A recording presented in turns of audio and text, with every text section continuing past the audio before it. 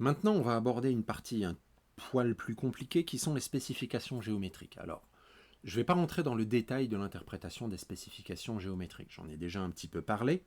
Je vais rapidement le reprendre. On ne va pas rentrer dans le moindre détail. On va juste voir comment les contrôler par la suite. Mais pour ça, il faut avoir quelques bases et être capable de comprendre les spécifications géométriques de base. Une spécification géométrique, elle va être composée de plusieurs éléments. Déjà, on va retrouver ici, avec la pointe de la flèche, qui va nous désigner l'élément tolérancé, l'élément qui comporte des défauts. On aura le symbole de la tolérance appliquée. Ici, c'est sans ambiguïté, c'est une perpendicularité. L'intervalle de tolérance, on a droit à un défaut de 0,1 mm, et la référence servant à la tolérance exprimée. Ici, c'est A, et A, on le retrouve ici.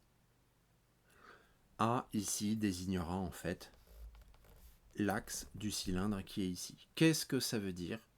Ça veut dire que je veux que l'extrémité de ma pièce cylindrique soit perpendiculaire à 0,1 mm près par rapport à l'axe du cylindre. C'est juste ce que ça veut dire.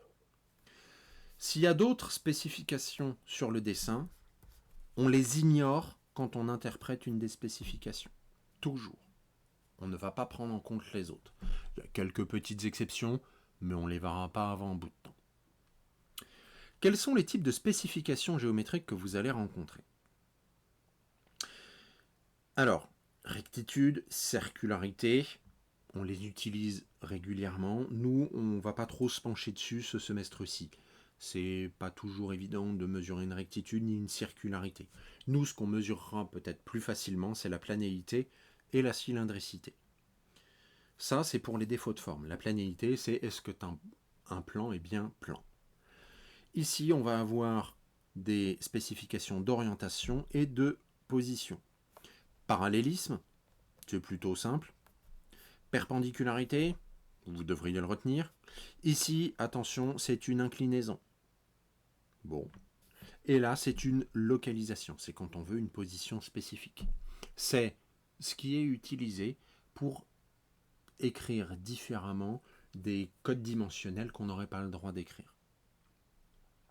Mais voilà globalement les différents types qu'on va voir.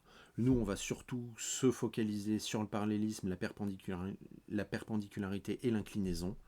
On parlera un peu de la planéité aussi, un petit peu de la localisation. Il y en a quelques autres, comme la coaxialité que je vais évoquer. Voilà, on verra les exemples au fur et à mesure. Le but, c'est de savoir les reconnaître, savoir très rapidement et très grossièrement les comprendre, et surtout savoir les mesurer. C'est ça qui nous intéresse.